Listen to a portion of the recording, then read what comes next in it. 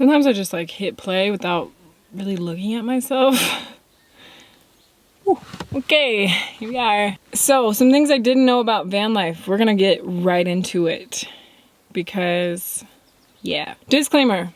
I've had a very different van life than a lot of people. I've had, I guess what you want to call like a stationary van life mainly. Like I was on the road, as we may or may not know, for the past like, I don't know, it was like a little bit over a week where I traveled across the country, which was awesome. Watch those vlogs if you haven't. They're still coming out actually, so watch what's out. For the most part, I've been like set up on somebody's property that I know and kind of just lived out of my van. So it's a little different. I have kind of done both. I've done like city vanning, I've done stationary vanning, I've done just on the road vanning. I've done it all.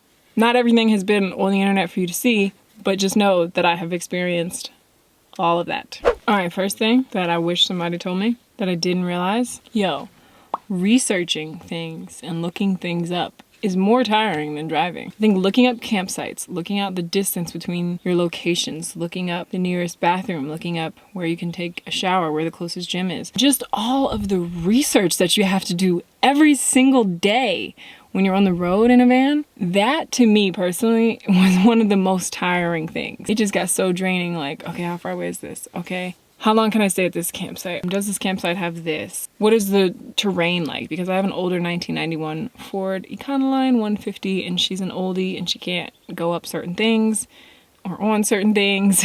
And so just in general, the research aspect of van life is something that like sounds really fun in the beginning. Like, oh, we're looking at maps and we're looking at campsites and we're using all these cool fun apps. I'll link those down below. But by like day 4, you're just like, I am tired of trying to figure out where I'm going to sleep the next night. Like that every day, you're always somewhat thinking about the next day. And you kind of have to. You kind of have to think about like, okay, if I drive here, does that maybe put me in a good place to wake up here so that I'm closer to this? Like everything is a bounce to the next bounce. And I like staying put in my van.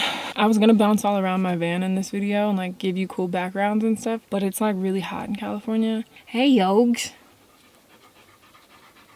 Hey, Franz. Hey. No. No.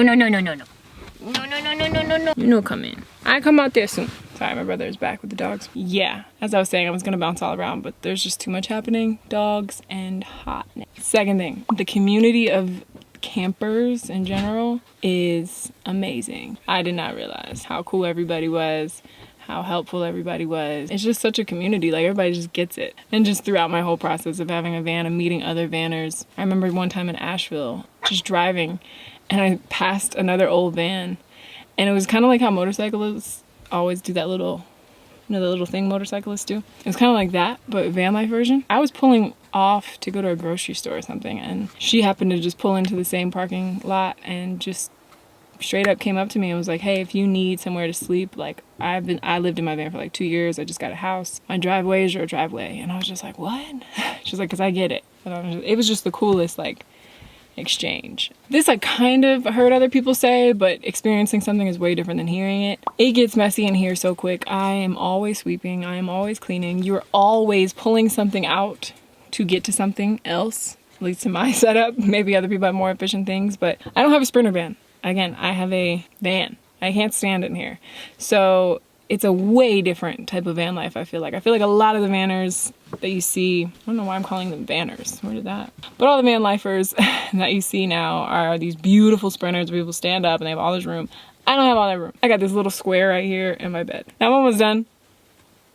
All right. I'll be over there. Yeah, it gets messy really quick, but it's really easy to also clean up. Like, as fast as it gets messy is as fast as you can clean it up. But I'm sure you guys have watched me clean and sweep a lot. Everyone who sees your van will ask you if you have a YouTube channel. This isn't really like a complaint or anything. It's just like, I didn't realize how tied those two things were.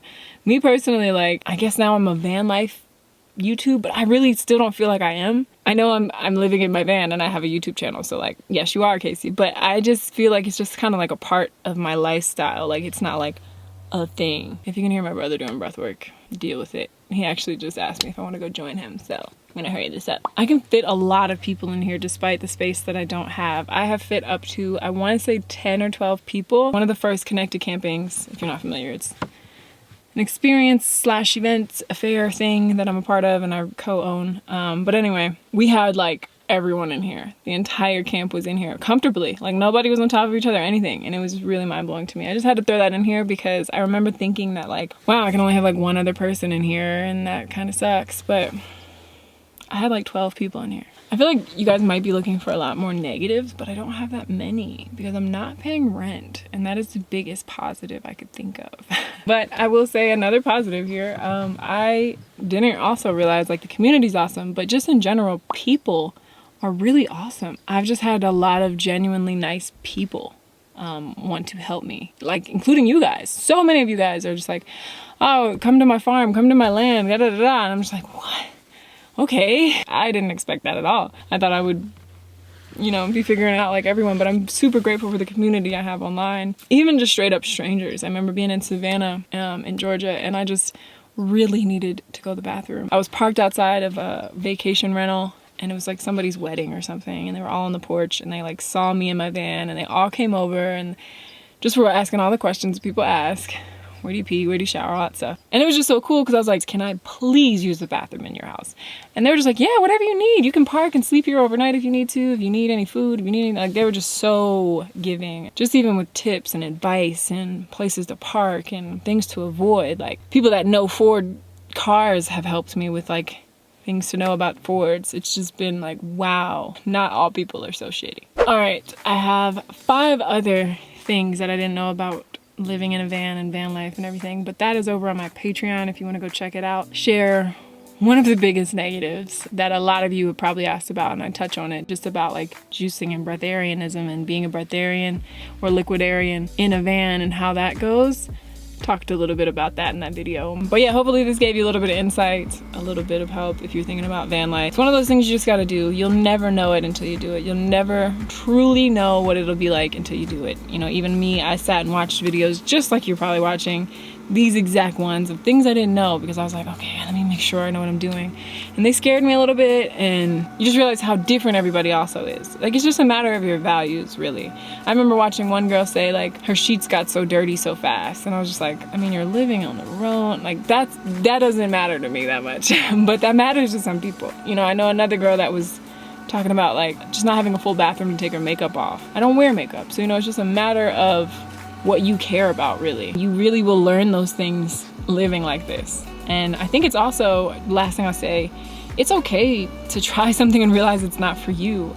Another van life girl that I was watching was super in the van, had her dog, had a Sprinter, it was really decked out, it was super cool. And then I think she made a video like a couple months later and was like, yeah, it's just not for me. Like I need separate rooms. It was fun, but like, that's not for me. And that is what life is. You just experience things, you try them, you see what they're like. It's just all experiences. So remember to keep that in mind. Take the risk, try it. If you absolutely hate it, guess what? You don't have to do it. Up to you all the time. Anyway, like I said, head over to the Patreon to see the rest of my things I didn't know.